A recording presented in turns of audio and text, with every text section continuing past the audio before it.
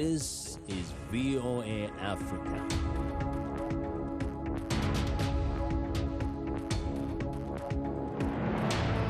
Hello, I'm Africa 54 Managing Editor Vincent McCory in for Esther Githui-Ewart. It's Wednesday, June the 16th. Welcome to Africa 54. We continue to work remotely because of the COVID-19 pandemic, but what hasn't changed is our commitment to bringing you the latest and most important news from the African continent and around the world. This is today's Africa 54. G7 leaders are moving forward with a vaccine sharing initiative that would see 1 billion shots spread worldwide, including in Africa. Now, it's up to aid and advocacy groups to overcome vaccine hesitancy. VOA's Arash Arabasadi has more. This weekend, leaders have pledged over 1 billion doses. That is the promise from the world's wealthiest countries to help some of the world's poorest countries combat COVID-19. The number falls well short of the 11 billion vaccine doses that Oxfam says is needed, calling the G7 summit a failure. The G7 had a huge opportunity to actually deliver a global roadmap towards fully vaccinating the world. What we've seen is warm words and very little action. Eloise Todd is co-founder of the Pandemic Action Network. She says numerous hurdles exist to get those billion doses into arms. There's kind of three prongs really to the vaccine strategy, which is procurement, buying the vaccines, delivery, getting them to a place where you can get them in people's arms, not only on the tarmac in the country, but do you have the healthcare workers, the community workers to be able to do that? And then crucially, willingness to receive the vaccine. Outreach programs to vaccinate communities in developing countries revolve around trusted endorsements from leaders, influencers, and health workers. If the health workers at the local level, who the communities trust, right, have actually seen that, have communicated that, listen, I'm taking care of it, I'm taking the vaccines because I trust the science, I trust the efficacy. That itself is reinforcing the belief in the vaccines. Edwin Ikuoria is Africa Executive Director for the One Campaign. He says as more people get vaccinated, hesitancy will drop.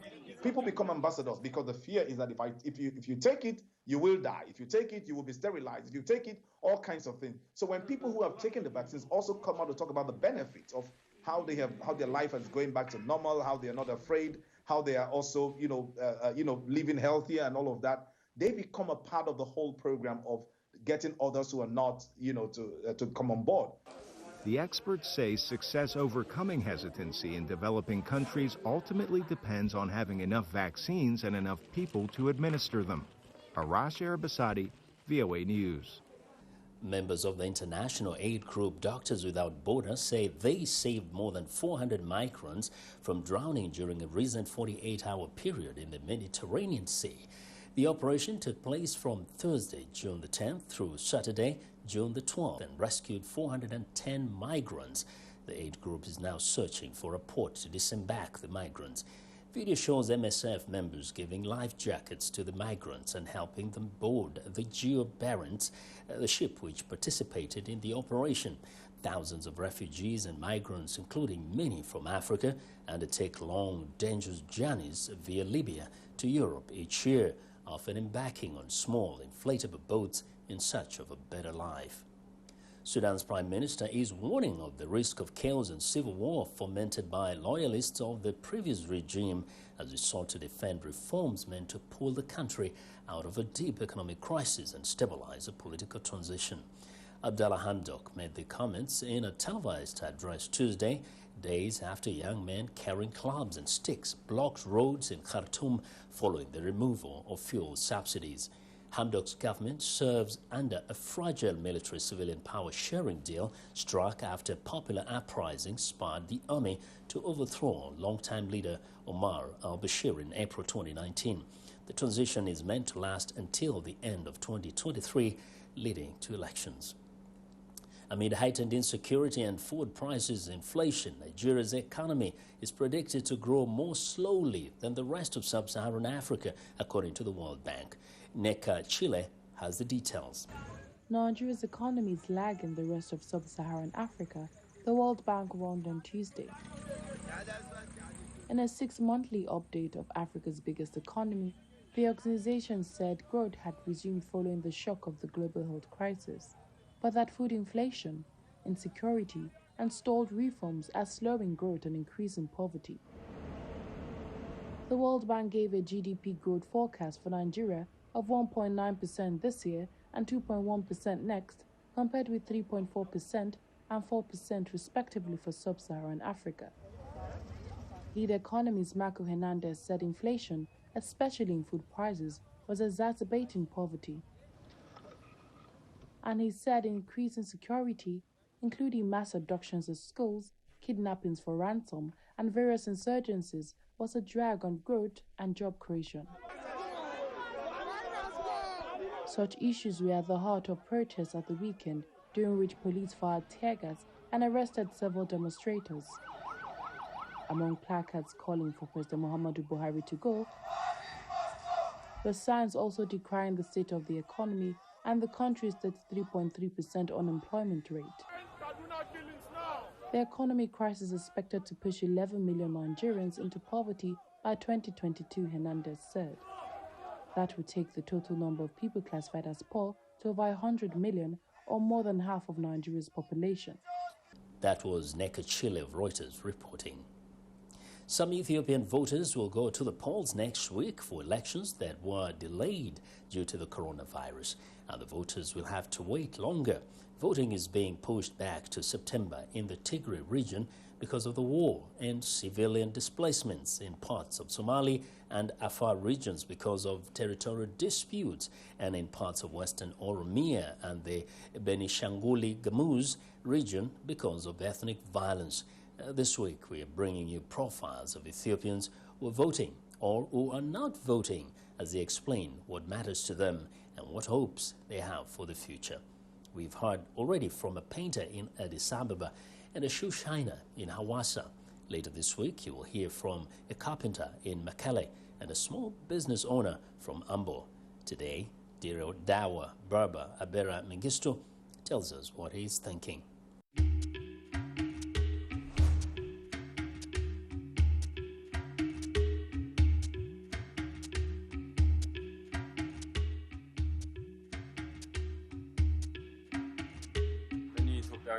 For me, being Ethiopian means accepting everyone equally. Unity and sharing with the needy, despite the ethnic difference. This is what being Ethiopian means for me.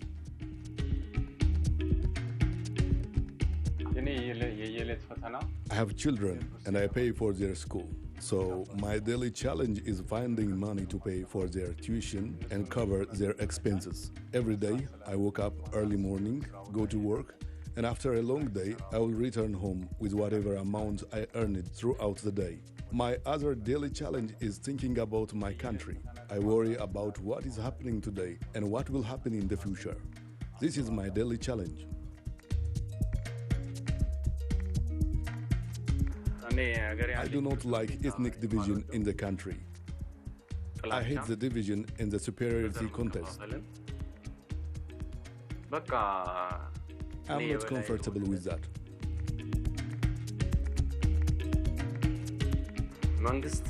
The first thing that the government must do to solve the problems is organizing the public to protect its own peace.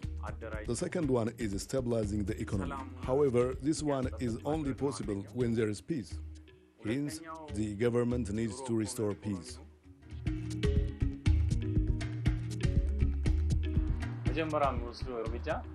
The first thing I will do is bring peace and reconciliation among various nations and nationalities, so that they live in harmony. This is my first step before anything else.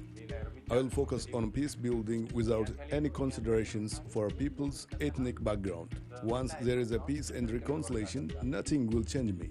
If citizens understand each other and forgive each other, they will create a conducive environment for my work.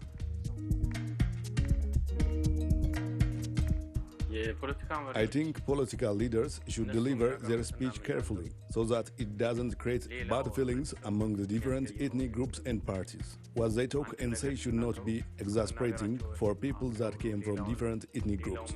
I believe they should present their ideas with a sense of balance. It should not lead to another problem. This is my opinion.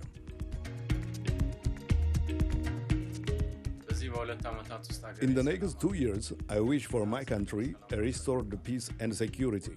I wish jobless people find jobs and development for our country. And my ultimate wish is a wish for peace.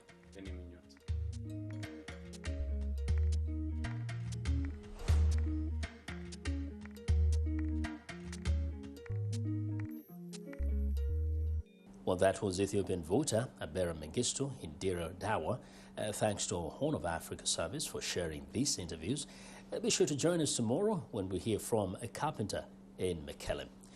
Arab states are calling on the United Nations Security Council to discuss the dispute over Ethiopia's plan to fill a giant dam it is building on the Blue Nile River, according to the Arab League Secretary General Ahmed Abdul Khait.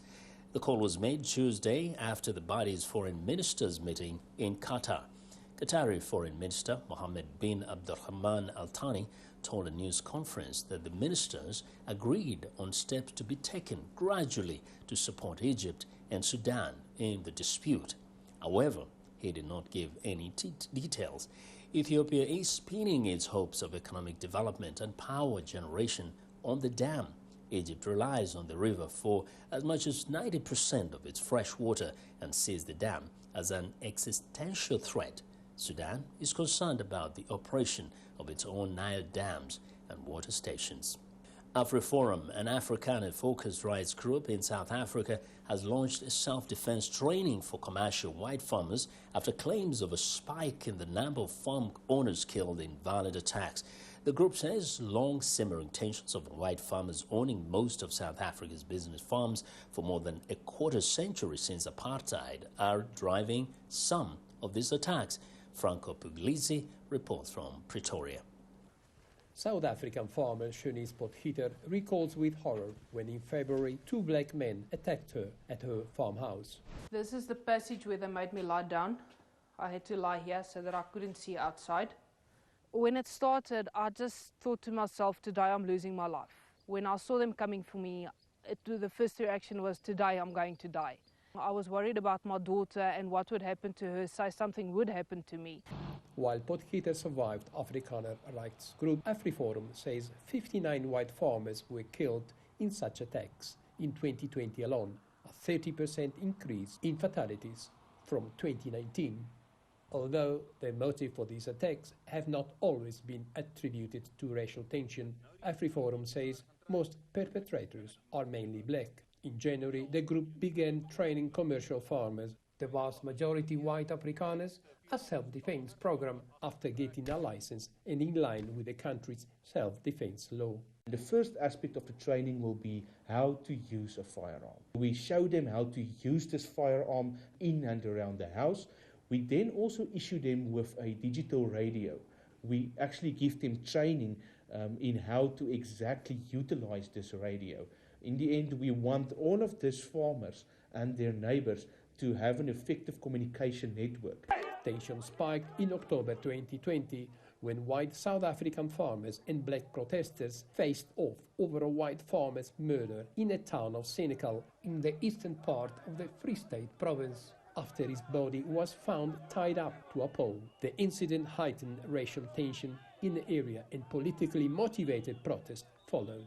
Racial anger, observers say, is fueled by the fact that white farmers still own 70% of South Africa's commercial farms, 26 years after the end of apartheid, while economic inequality persists within black South African communities. Groups representing white farmers, like the Transvaal Agricultural Union South Africa, accuse authorities of failing to protect them. Black farmers also have been victimized by these attacks, but to a lesser degree, says Transvaal Agricultural Union South Africa. We cannot expect that the police will ensure a 24-hour, 7-day-a-week presence in areas which is troubled by violent criminals. The local inhabitants need to organize themselves, and they must be trained to enable them to withstand a violent criminal attack. South Africa's National Police declined several requests for an interview, but police statistics show 49 white farmers were killed between 2019 and 2020. That's out of more than 21,000 murders nationwide, where the vast majority of the victims are black. President Cyril Ramaphosa last year urged South Africa not to rally communities along a racial line. The far-left Economic Freedom Fighters Party in March accused AfriForum of being racist for opposing farmland expropriation without compensation. AfriForum says they are simply protecting the rights of Afrikaners farmers. Franco Puglisi for VOA News, Pretoria, South Africa. Well, we're excited to hear what you think about Africa 54. Join the discussion on Facebook. The address is Africa 54. We are also streaming or broadcast live on Facebook. Please watch and share our show with your friends. Also, check out our headlines 24/7 on voaafrica.com. Still to come, a global social enterprise empowers women with digital skills in Ghana. We'll be right back.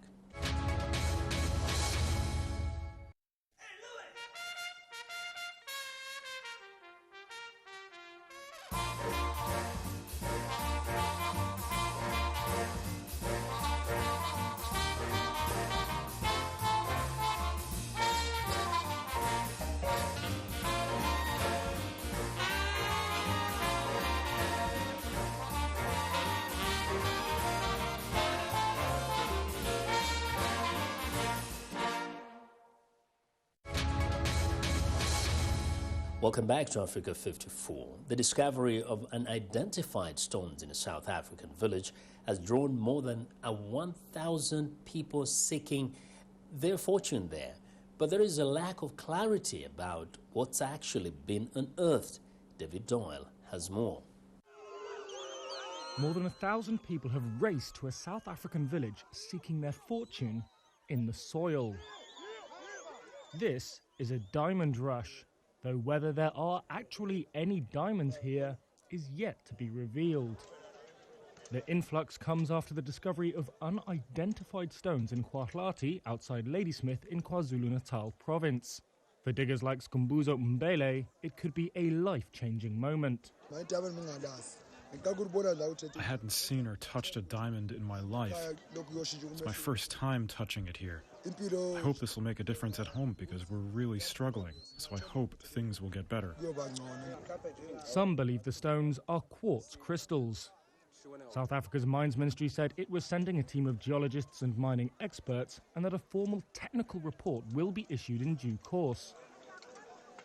But a lack of clarity around identification of the stones is not deterring some people from selling them.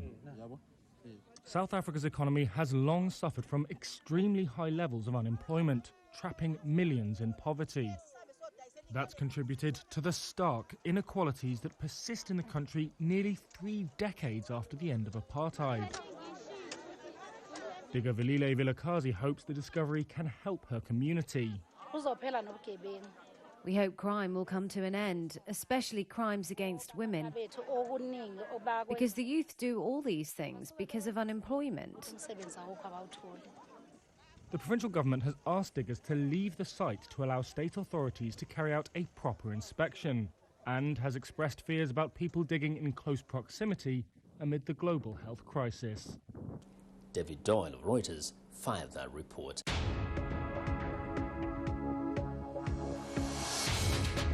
With regional hubs in Ghana, Rwanda, Madagascar, and headquarters in Canada, VIAMO, a global social enterprise specializing in mobile engagement, information, and communication technology for development, is empowering individuals, especially women, with the digital skills to overcome daily challenges. Africa 54 technology reporter Paul Diho spoke to Sandra Abrokwa, the Accra, Ghana-based VIAMO country director, about the company. Sandra Abrokwa, welcome to Africa 54.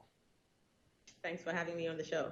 Start by maybe telling me some of the things that you work on at VIAMO. We are a social enterprise, and we work in the ICT for D space, so using mobile technology to drive behavior change communications, and evidence gathering. And we work a lot with development partners, we work with the private sector, and we also work a little bit with government agencies as well. What's your target audience? It's everybody. It's everybody who can use technology, anybody who can use a mobile phone. And I'm not sure if you know some of the stats in Ghana. So mobile penetration is really high. We are, I think, at the last count, NCA recorded something like 113%, which means that anybody, who can, have a mobile phone has a mobile phone, and oftentimes has 2 or 3 SIMs. So, I think it's ripe for this kind of work that we do. Those are interesting numbers. When you talk about over 100%, it's like almost every single person there has a cell phone or can access a cell phone. But how about the internet? The internet rates in Ghana are not user-friendly. People say that, but I think what's really good to remember is that we've come a long way. I think, they're still, high, what people would call high, but I think you also have to look at the fact that it's been coming down over time, and I expect that over time it will be even more affordable. It's certainly something that the MNOs that we work with are working on. So hopefully, we should see it come down and make it affordable, because, I really believe in inclusion for all. When you say the penetration is very high, especially in Ghana, do you even include the rural areas? Because I've traveled across the country, and there are some places where you really struggle to even get a good network. These stats are like nationwide. It's over 100%, which means that anybody who is within, the space to have a cell phone and is willing to have a cell phone has one. But then when you break it up into like rural versus urban, I think there, the percentage goes on a little bit, lower. I think at the last count it was something like, it was a little bit under 80%, which is still like pretty decent. What it essentially tells us is that most households will have access to a mobile phone. So even if not everyone in the rural home has a cell phone, they have access to it. So there might be one person, like, the dad usually, because mobile phones tend to be more skewed towards men than women, would have a cell phone that, the woman and the children and other, family members can use. Earlier you say that one of your goals is you're trying to focus on women and sort of like come up with a way to include women. Can you speak to that?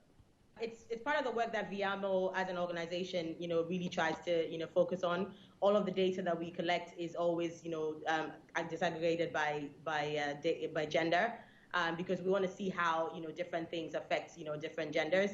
But I think, particularly for me in Ghana, the work around financial inclusion is really important, and it's also really timely. So, we do a lot of work supporting partners, getting more women to become more economically empowered, getting them to use mobile money, getting them to access, their agency when it comes to owning their own finances, even if they're working in health or working in, agriculture.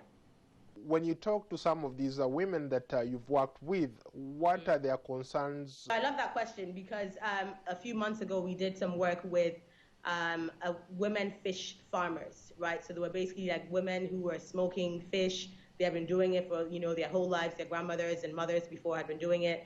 And, we were going to give them information about, how to eat some of the fish so they could be healthy and not have anemia, and how they could actually, apply for loans and, get into the financial inclusion space. And these were women who hadn't, they had phones, but they barely kind of knew how to work the phones. But, by the end of the program, they were using their phones, they were sending, messages, they were listening to audio messages to improve their lives. So basically what that tells us is that you can start out not knowing anything about how to use a cell phone, and especially how to navigate, through, certain, numbers and so on. But once we had trained them on it, they were fine. And it's something that I'm really proud of, because, to see the trajectory of where they were versus where they ended, I think that really tells you the power of mobile and the power of giving people access to information, because at the end they transform their lives. Who inspires you? I think if I had to name one person, it would be my mom, because she's a real, she's a real force. Well, thank you so much, Sandra. Fantastic. Thank you for having me. Really enjoyed the conversation, Paul. That was Africa 54 tech correspondent Pondil speaking to Sandra Abrokwa in Accra, Ghana.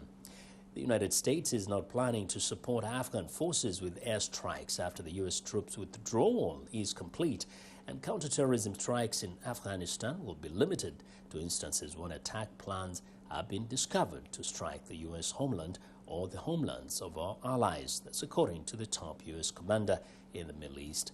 VOA Pentagon correspondent Kalabab has more. The United States is not planning to support Afghan forces with airstrikes against the Taliban once the U.S. troop withdrawal is complete.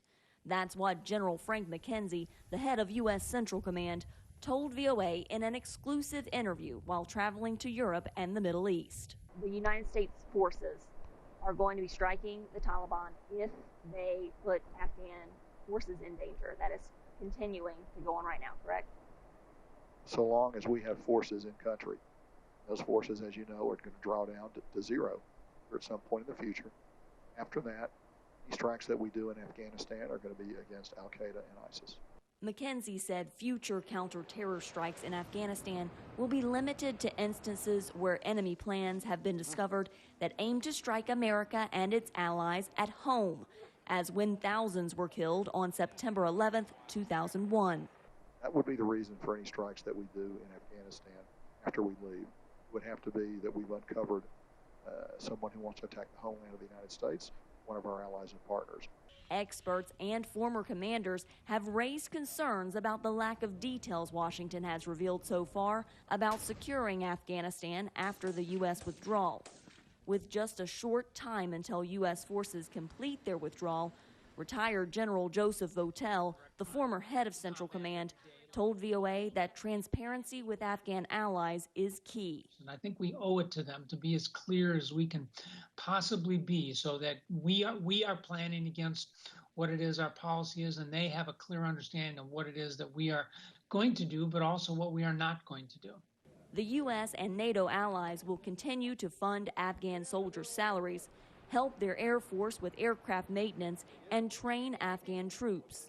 The latter two will be done outside of Afghanistan. But to military experts who fear the Afghan military will fall once U.S. troops leave, those efforts aren't enough. Just because we leave and we say it's over, it's not over. You know, we talk about forever wars. Well, the Taliban is interested in Al-Qaeda in a forever jihad, and they're going to keep fighting. The Pentagon has publicly said a Taliban victory is not a foregone conclusion. Privately, defense officials admit they are much more worried. Carla Babb, VOA News, Naval Air Station, Sigonella, Italy. Well, and that's our show for today. Be sure to watch Africa 54 on our website at voaafrica.com. From all of us in Washington, thanks for watching. Join us for the next Straight Talk Africa. We'll explore the politics of mental health. What do our cultural attitudes towards it say about the societies we live in?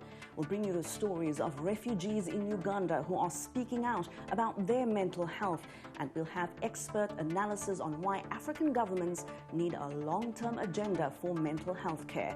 Join me, Haiti Adams, on the next Straight Talk Africa.